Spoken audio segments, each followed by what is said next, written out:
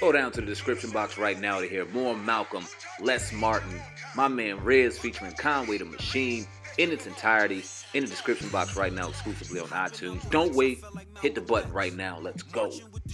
Like Martin Luther, 40 cal SKO the fucking Ruger. Don't ever question if I got the heart to shoot. Welcome to another episode of the Uncensored Truth Podcast. I'm your brother, Oh God, from Hip Hop News Uncensored. And sitting across from me is my co-host. What it do? What's good? It's your brother Sam and Viral Hip Hop News. You in the building with the best, baby. It's a Monday. You already know how we do. Yeah. Another episode of the Uncensored Truth Podcast. Oh God, what's good, my brother? What up, what up? We in the building today, man. Excited to be in the building once again. Kicking the week off the right way, man. I want to just first start off saying, man, peace. And we appreciate all the listeners who want to listen to us on, iTunes, Spotify, Google Play, and especially everybody that listens to the podcast on YouTube. I just want to say that. Kicking off the week and get that out of the way. We do appreciate you from the bottom of our heart, man. I'm excited, man. How was the weekend, though, Sam, man? It was great, man. You say we kicking off the work week today, but we kicked off the official week Sunday yesterday with a bang, man. A great seminar that we went to with Caesar Pena, DJ Envy. He had an exceptional crew with him, man. We were really excited to go into it, walking in, and then we were blown away, man. It's definitely a life-changing experience, and I'm not overblown it when I say a life fucking changing experience, because you realize, hey man, we in the game. We can really do this. We can really make some moves out here in this real estate. We got the tools and the blueprint to do so. So we're gonna get in depth with it within the podcast, man. But definitely starting the week off great. Got some great things going on throughout the week, man. I'm just very excited for the podcast, brother. Yeah, man, it's definitely a great time, man, to be in control of your own destiny. But we're gonna be talking about today, man. We got quite a few stories today. We're gonna talk about Micheal Avenatti. And Micheal Avenatti is the attorney that brought forward 3 sex tapes, alleged sex tapes, R. Kelly and his, alleged underage victims. Also, we're going to be talking about, Jacquees, him speaking out about LMA, and DJ Mustard. Also, Little Divual addressing Micheal Rapaport. And we probably talk about Cardi B now. We talked about her suing 2 bloggers, but we also want to speak about, a situation where old videos surfaced and she said a few things. So right now, that's kind of picking up steam, and a few other things, man. Today it's going to be a fun one, man. As you know, went to DJ Envy's real estate, conference yesterday. That was amazing. We're going to talk about that. And I can't wait, man. Looking forward to it, like we always do on the Uncensored Truth Podcast. Make sure you hit that like button. Subscribe to the movement. Appreciate each and every one of y'all listening on iTunes, Spotify, Google Play. You already heard the music in the background, our brother Miz. More Malcolm, Les Martin. Go down to the description box. You'll see that link to that music if you're interested. But yeah, oh God, let's get started, man. Yeah, man. So they see the shirt right there, man. We went to the event yesterday, and we've been seeing, watching pretty much seeing DJ Envy and the other gentleman who owns Flipping New Jersey, Nick the Grit, as well as some other people, Killer Mike. And they kind of been putting these little Instagram videos up, showing them buying properties, fixing them up and flipping them, and really been inspiring a lot of people. So we started seeing it, and we actually invested. We paid the money, and they came out yesterday, and we was like, man, it's probably like 50, 100 people just knowing this area. But we go in there, and from all estimates, you're talking about at least 1,000 people in there for this information. You see the shirt right there. We purchased Landlord. It crosses out Trap. I thought it was an unprecedented, event, because my thing is like, you don't have to do this. I mean, even though some people say, well, he charged money, for the event, fine. But the type of information, a lot of times you go to events like that, and it's just to get you to come in and buy and to make more money off you. This event right here actually gave you the tools to get it. Like if you wanted to start tomorrow, you would have the blueprint to actually do it and get started buying properties, rehabbing properties, and getting it done. So I want to actually thank everybody. I didn't get a chance to do it personally, but if I did get a chance to talk to them, I just want to thank them for actually doing that, because like we said, it changed our lives. It did, man. And the only thing that they did have to sell in there during the day were the t-shirts for $20. Everything else was just out there, and it was damn near free game. The $100 to walk in there was worth its weight in gold, and they could have sold or could have sold that for way more, given the information that we got. I mean, we got a blueprint, like I said earlier, from A to B on how to really get into something that we've been whispering about and talking about for about a year now. Had our trials and tribulations going through that, but this was always one of the things that we wanted to step into: real estate, ownership, property, something one asset that they always know can appreciate with value, things we want to look into, and we know the market and we understand the money that falls into real estate. But we really could honestly, humbly say we didn't know too much about how. Yesterday, we found out how. And then you have Congressman Marty Smalls in there with the 2 exceptional ladies that are in charge of real estate in Atlantic City, giving their time and giving their knowledge and giving information that they don't customarily see at certain seminars. So we definitely was at the right one. And like you were saying, unfortunately, when we looked at the area and where we're at, we're seeing that it's not going to be a lot of people in there. And then to see thousands and thousands of people interested in wanting to be entrepreneurs, it was inspiring as hell. You had people from Philly, Jersey, Delaware, New York. So it was just the whole tri-state area came down to see these brothers and sisters speak. And it was inspiring as hell. You know what else was surprising, man? Like I said it, and it was all like black and brown people. And not that anything against anybody else, but I was I'll say I'm surprised. I was very surprised at that, because I know that they reach a wide demographic of different people, so I'm just excited, even though a percentage of those people, probably a large percentage, probably just come there for the, celebrity, or they might not even do nothing with it.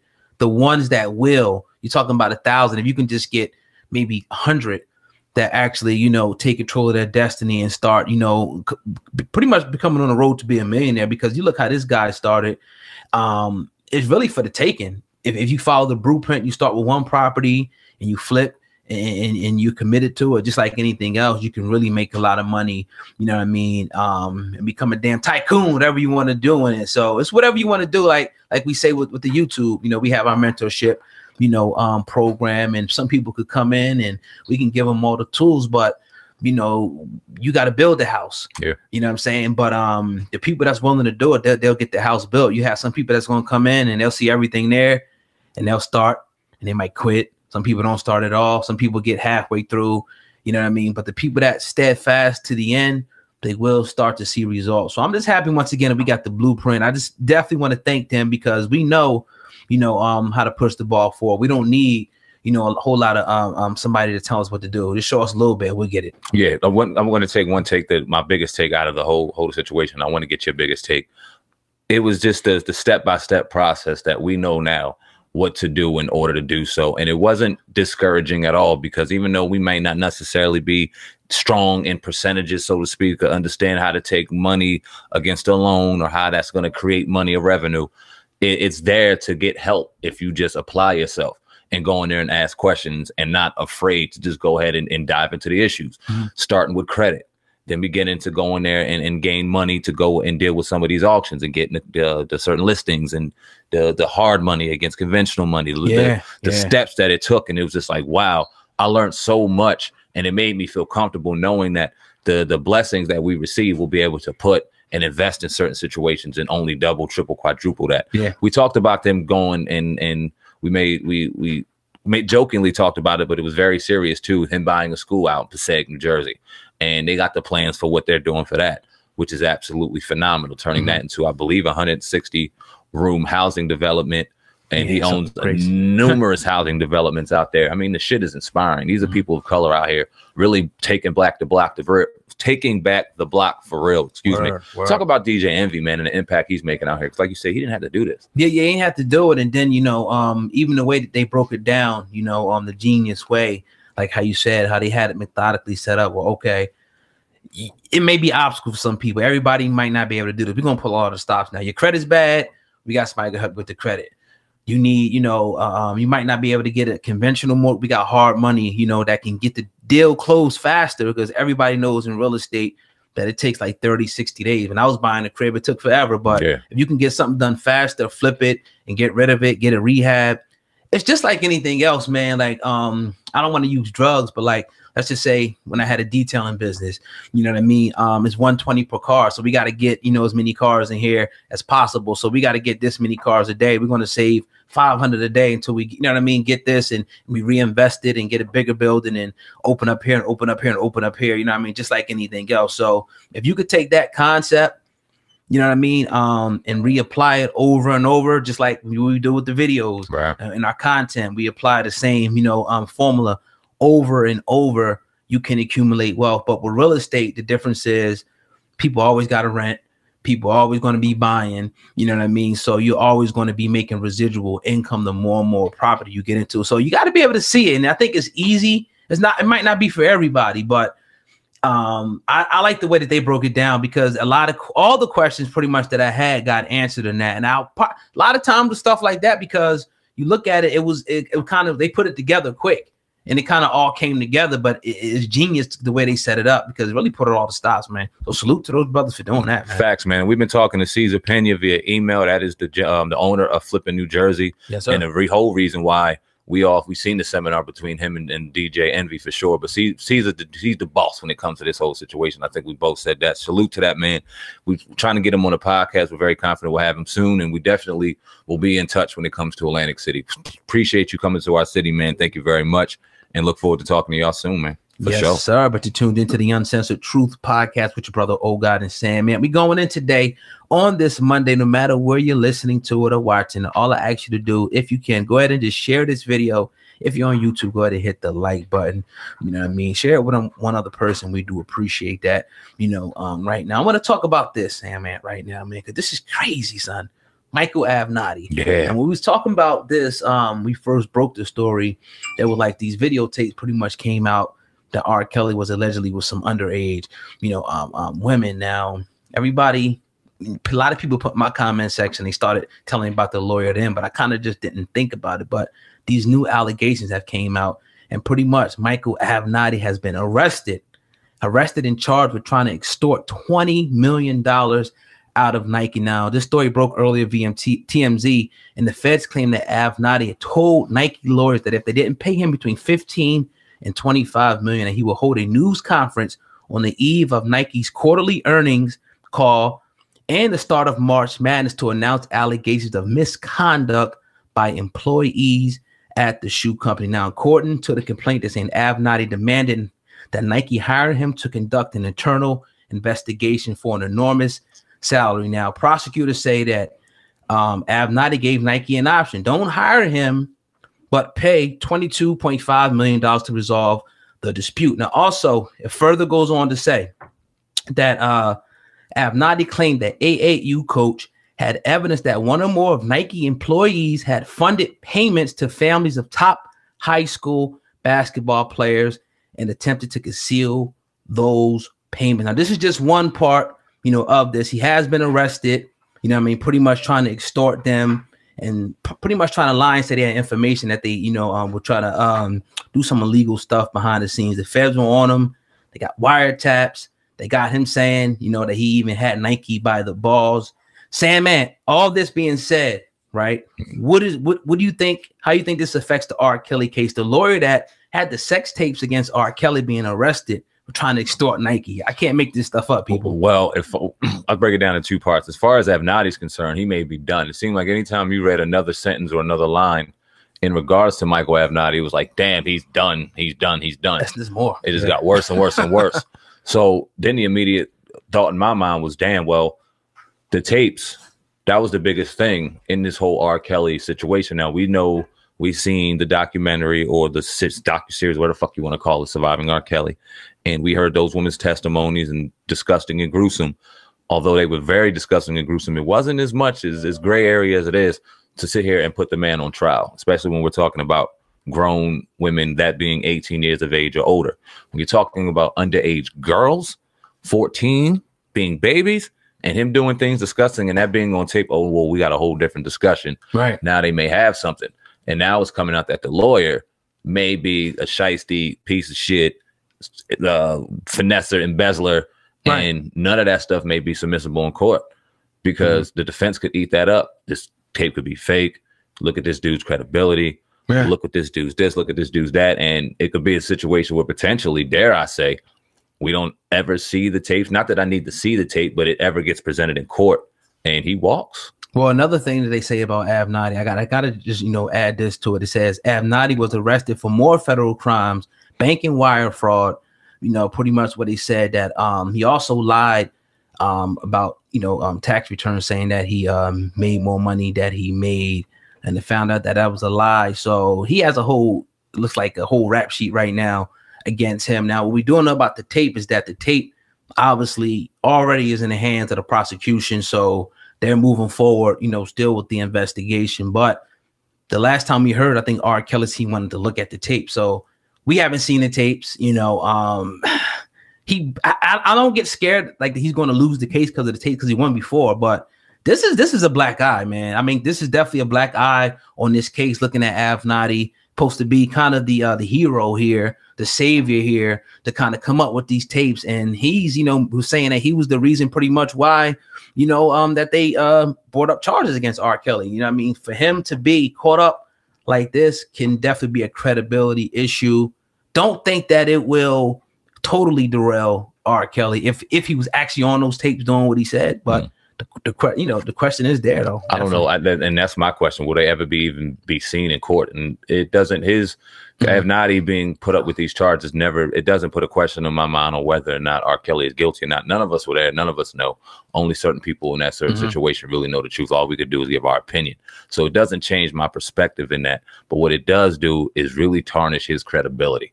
And someone in a court case is going to eat that up. And they're really going to fight for those tapes, in my humble opinion, because I don't get in the law, none of that shit. They're going to fight for those tapes never to even be seen. And if a jury never sees them, it never happened.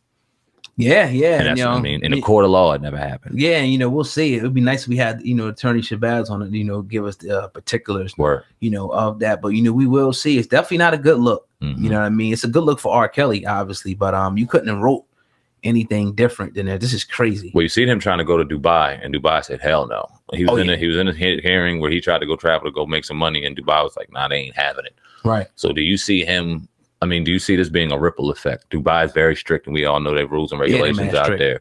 Yeah. Do you see this happening on a global scale? I think a lot of countries will, some won't. The more stricter companies, even though I don't think, unless he was convicted, it's not fair, but countries could do what the hell they want to do. And like you said, Dubai is one of the most, from what we hear, the most strictest countries ever. You can't have different things on your record and whatnot. So yeah, people may follow suit, but definitely didn't expect this coming out today. Michael Av Nadi being charged and arrested for trying to extort Nike out of millions of dollars. Definitely going to hurt the case against R. Kelly. A lot of people were saying from the beginning they thought that R. Kelly may walk anyway, even with the videotape. That is was laughing. That was always your suspicion underneath. I never thought that, and I thought that he may have been even a lot more nervous than what it seemed given. And then we seen the erratic interview that he threw out and everything. So he was nervous, and I think that he still is nervous. But I mean, you did say it. You said it early on that you may see this as another situation where R. Kelly potentially walks, because where's the substantial evidence in this?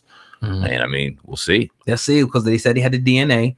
So let's see how credible that was. Let's see if the tapes actually go in, if they take that into consideration. Those are the two major things right there.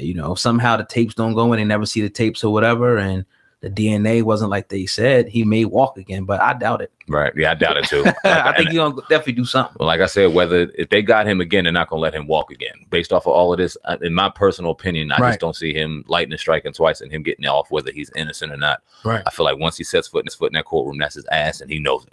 We'll see. Definitely. But yeah, man, tuned into the Uncensored Truth podcast with your brother, Old God and Sandman. Man, we going in today on this Monday. Everybody that's listening to this podcast on YouTube, as always, go ahead and hit the like button and make sure you share this video on your Facebook timeline, or at least with one other person. I'm going to jump over here to this story, man. It's been a kind of, a while since this, song, popped off. But I wanted to kind of talk about this before. Jacquees sat down, with a radio station. I think it's Big Boy's Neighborhood. And he talked about the LMA Trip remix and DJ Mustard. I'm going to play that clip, and then we're going to rap about this, and man. Let's do it. Here we go. Jacquees, why were you asked to take down Trip remix? Really, DJ Mustard hated on me. Oh, really though? You know what I'm saying? No cap. That was crazy. Shout out to YG. YG my partner. And I want to work with DJ Mustard too, but that was a hate move because it was crazy because it was going too, huh? Yeah, and I thought it was just dope, because I've been making remix for a long time. And so, in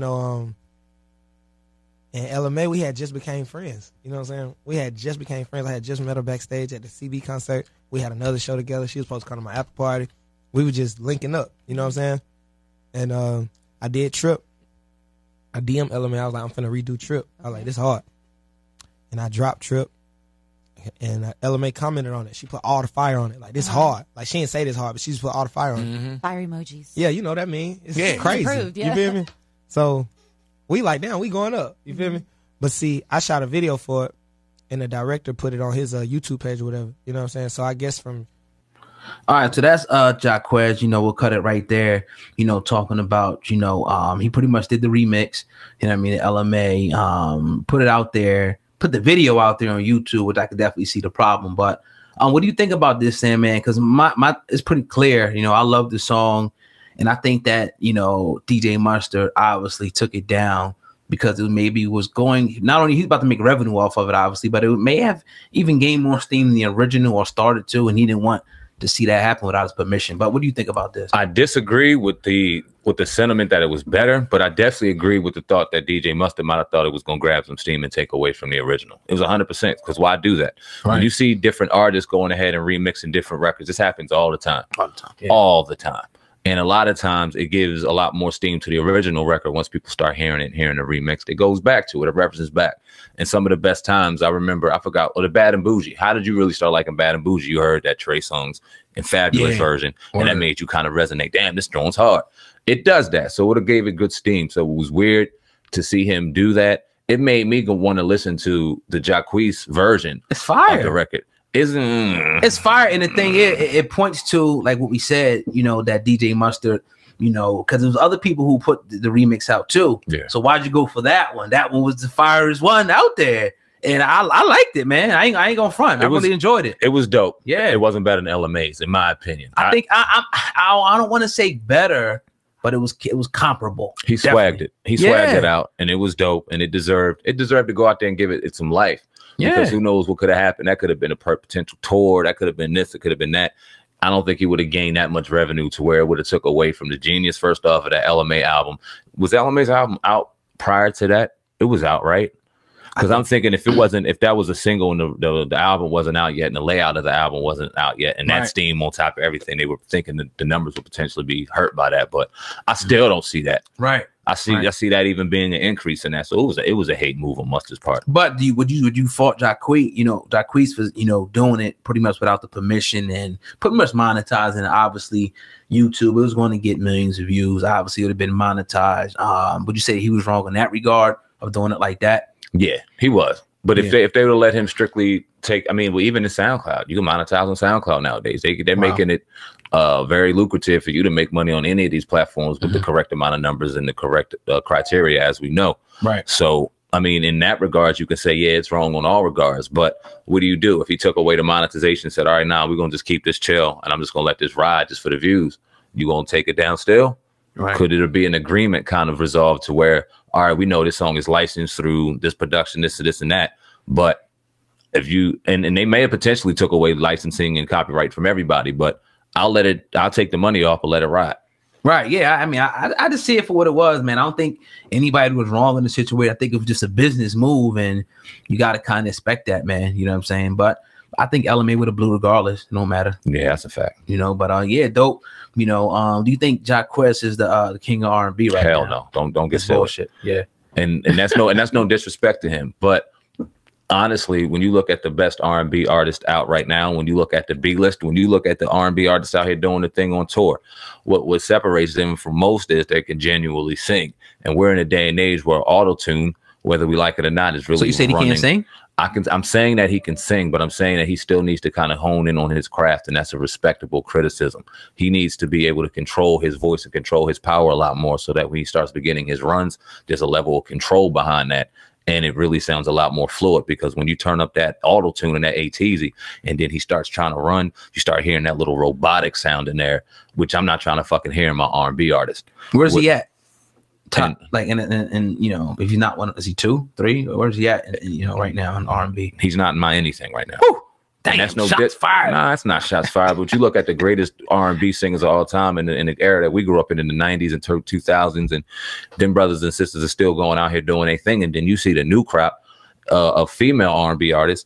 these brothers got to just do a better job and really hone in on their craft. Jacquees has the potential to really go out here and do his thing because he has the power and the movement of the young. They really vibe to his music. If he got in there with a vocal coach and really tightened up his craft, and that's no diss to him. Tyrese is in there with a vocal coach still. Usher is in there right now and with a vocal coach still. The best still get vocal coaches. That's no disrespect. Don't think that you good enough to not still have a vocal coach. Right. You can still hone in on your craft, and you got some things that you can tighten up. And I bet you the greatest fucking R&B singers will say the same thing I'm saying right now. Right. Mixed in with your skills, what you got, man, you could really blow up and do this thing. But do it the right way if you're gonna call yourself the king of R&B. Damn. That's all I'm saying, man. Yeah, that is respectable criticism. But but shout out to everybody. Mustard, definitely LMA, love her, and definitely, rock out with Jacquees, man. So Indeed. That is what it is, man. But you're tuned into the Uncensored Truth podcast with your brother Old God and Sam, man. We going in today on this Monday night. Every Friday night, you want to make sure y'all tune in at 8 p.m. on the Uncensored Truth podcast channel. That's on YouTube. So if all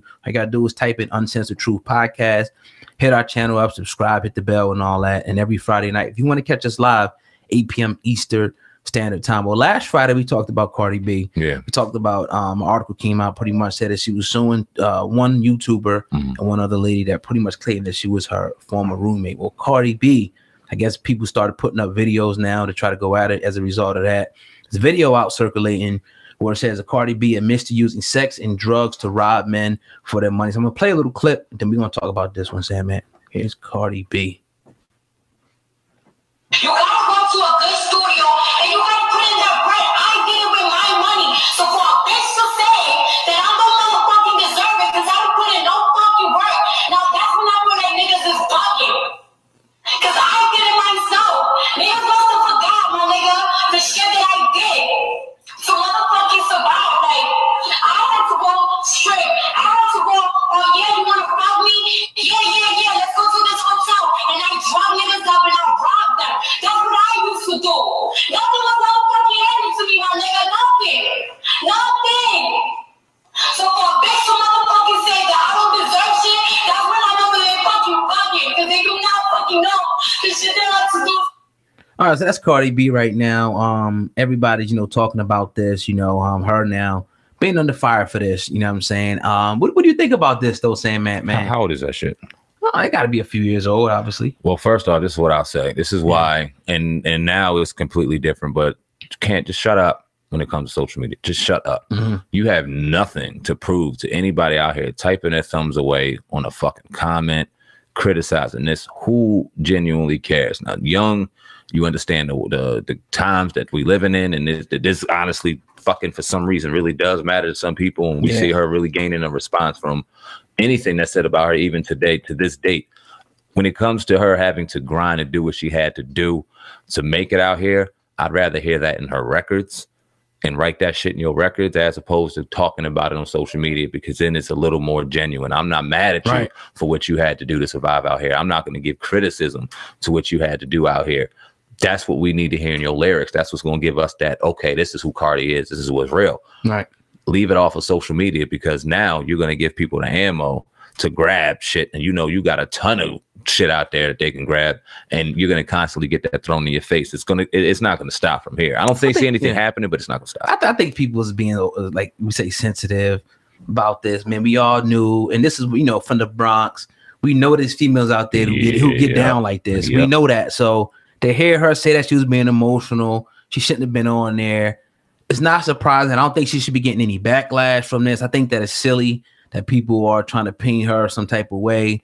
Obviously that's crazy, the drug part and all that. But come on, man. People come from the inner cities. They come from the hood. They got to do what they got to do to survive. I'm not condoning it. Obviously now she's a family woman. She's trying to move past that, the thing is, but when we were younger, we didn't have social media. No. So we'd have probably said a whole bunch of crazy stuff as well that we done back in the day. But, now it's just like, she's going to have to know that more and more stuff is going to come. So now it's just like, that people are going to dig in your past, your old tweets, your old posts.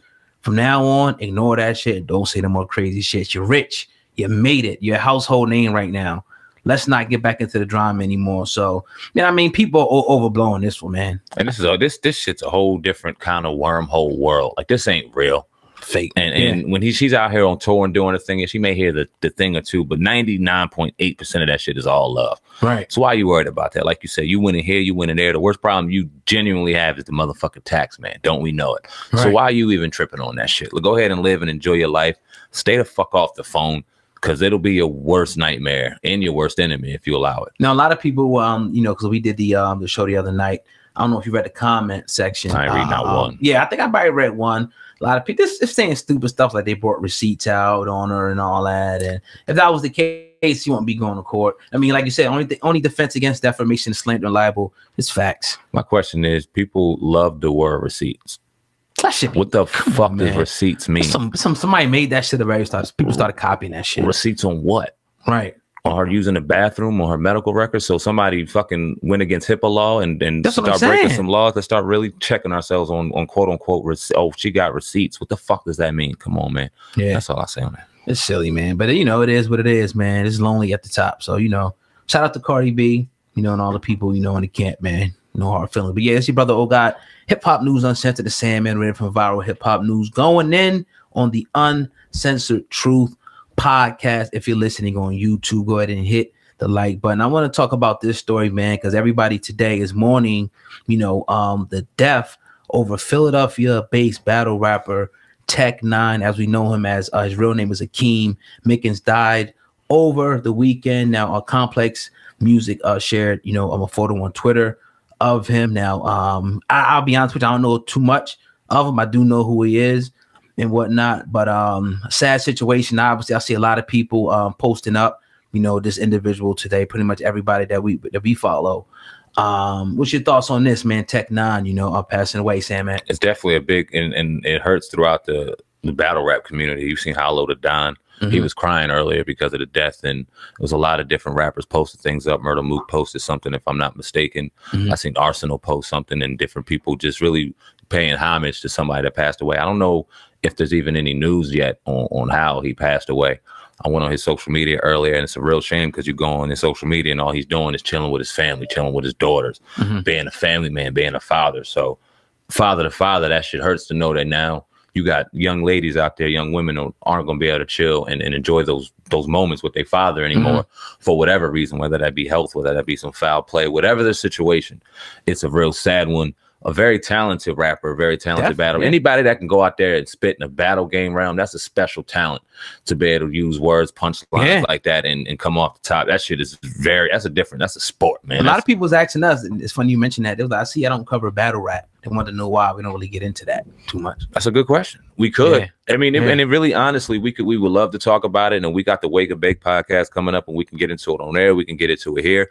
Y'all got to let us know. I mean, if y'all got something that y'all want us to talk about, we got so many things that we talk about against the grain, but we're ultimately, going to go to what the listener wants to listen to. I mean, we do analytics and metrics and shit too, the two of us, and we make sure that we take care of the listener.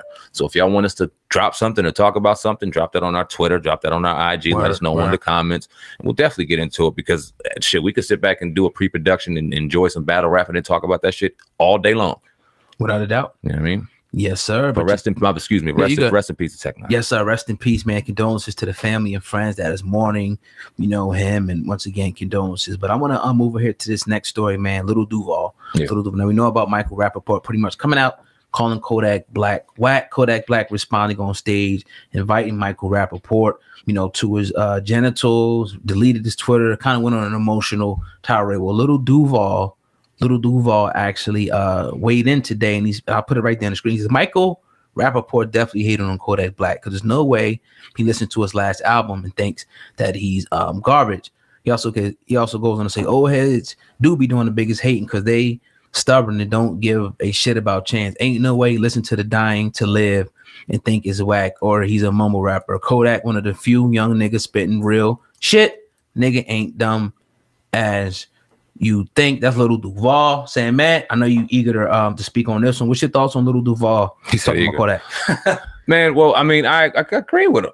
We talked about it last week on the podcast when we were joking about when Kodak Black was talking about comparing himself to Big and Pac, and we laughed that off because obviously that was some ignorant shit. But like I said on that podcast, and I got a lot of slack for that, and I knew I would. In his ignorance, if you can get by all his ignorance, there is some genius behind that, and you can hear some genuine, substance behind what he's saying. Now, his delivery may never appeal to certain people. His delivery personally does not appeal to me, because when Lil Wayne did that kind of delivery, I didn't fuck with that. And it just kind of reminds me of that. So certain songs, I'm like, I can't, I'm trying to get with the lyrics, but I can't, because I can't sonically listen to the song. But I would never hate on someone that's out here delivering their story, creating great wordplay, and delivering a message that someone's going to resonate with, even if that's not myself, and they're out here doing it the right way. I'm not going to get mad or hate on somebody.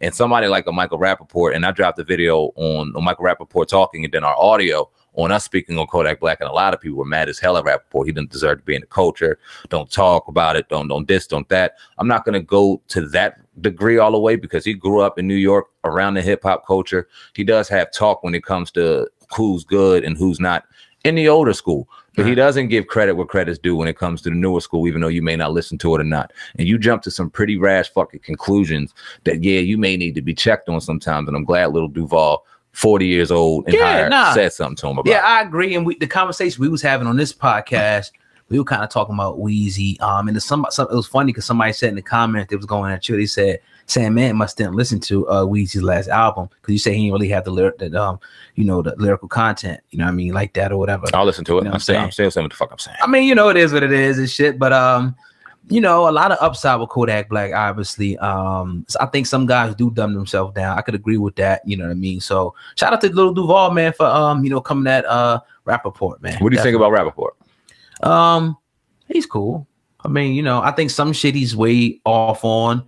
I think he can say whatever the hell he wants to say. He was definitely involved, but some of the shit he's way off base. He's been way off base a couple of times. Definitely, even with the Meek Mill, that was stupid, man. Retarded. Yeah, so it's just like, that's why you shouldn't be talking, nigga. And that's why, I mean, and to talk about him real quick, you got to let an old school comedian run his fucking mouth and not put substance to it. Kodak Black, you don't need to delete your Instagram. Not that he deleted it because of that, but it's just been you seen a young MA, you seen this, so he just been in the news and having to seem as though defend himself, while he feels as though he needs to go on live and talk about it. It's like, just stay off the fucking phone. That pressure, man. This shit ain't real. This shit ain't real, man. It's different at the guest, man, Sam Matt, because maybe, we don't know how it is to have, 20, 30 people every hour send you a message saying some shit. Very true. You know what I mean? It could be on a whole nother level to where it gets to these people. That's what I'm just thinking. Where they feel like they got to respond like young MA. Every time you look at your phone, somebody's saying something, your inbox, your email, text. You know how that shit goes. That shit's corny. Yeah, and it happens like, I think it was Cardi B's sister, and she showed her phone one time, and it was people just threatening her all day, saying all types of shit. It's just a normal thing to these people. Once they get to a certain way, people get your number, people start hitting you all day. So it might be a little bit easier said than done, but you got to try to maybe you don't need to have a phone. If that's the case, stay off that shit. I don't know. Yeah, not have a phone in 2019 damn near impossible. But it's like, shit, I hear you, man. It's how do you stay off it?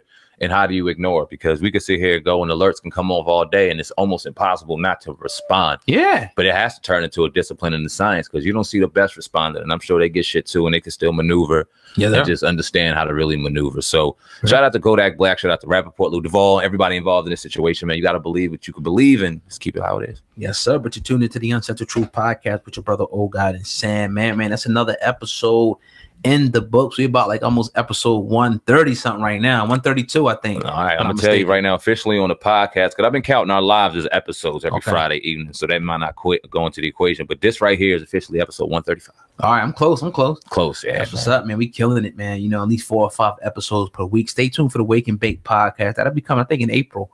Let's do it in April. Yeah, let's drop that shit in April, man. Let's do it, man. When the weather breaks and we enjoy ourselves, man. We got a great episode coming up tomorrow, man. You want to speak on that a little bit, man, now that we made that, lock that in as official? Well, people that'll be listening to this probably tomorrow morning on Spotify, iTunes, even on YouTube. Today you're going to be seeing it today. We're going to interview 2 members of the Jackson family, Taj Jackson, and the other young lady. It's going to be explosive because they were denied some interviews on Good Morning America and some other, major media platforms. So we got that exclusively. Like I said, if you're listening to this on Tuesday morning, we're going to be interviewing them. them later today, so that'll be available Wednesday. We'll be dropping that on all platforms. So take. Oh yeah, that'll be on fire, man. Definitely. We can't wait for that. Todd Jackson and Brandy Jackson. That'll be the son of Tito Jackson and the daughter of Jackie Jackson. That should be electrifying. And that's thanks to y'all, man. That's thanks to the people on Twitter, on social media, who throughout our commentary on Michael Jackson and this whole ordeal have been really getting our content back to them and really supporting it. And the people wanted us to interview them, and now we're going to interview them. Brandy Jackson, Todd Jackson, tomorrow. Good morning to the people listening right now. Later on this afternoon, should be electrifying, man. We're looking forward to it. Yes, sir. But that's another episode of the Uncensored Truth Podcast. No matter where you're listening to, just please, the only thing we ask you to do, if you enjoy the content, just to share this one other person, man, whether it be on your Facebook timeline, or if you can just go ahead and text it to a person, let them know to listen to the Uncensored Truth Podcast. I'm God, that's Sam man, and you're listening to Rez 609. Also, make sure you go download his music on iTunes. That's pretty much all I got, Sam man. Yeah, man, indeed. Keep moving, keep striving, keep believing. Another episode in the books. We will see you tomorrow evening. For that explosive interview, man. We're out of here. We blessed. We love y'all. Your head to the soles of your feet. Who taught you to hate your own kind? Who taught you to hate the race that you belong to? Hopping out the Lex, I felt like Malcolm X. Marching with the shooters like Martin Luther. 40 cal SK or the fucking Ruger. Don't ever question if I got the heart to shoot. As we walk, we must make the pledge that we shall always march ahead. We cannot turn back. They say the best things come from the worst shit. This all facts, this ain't no verse shit. I done fought the state on some verse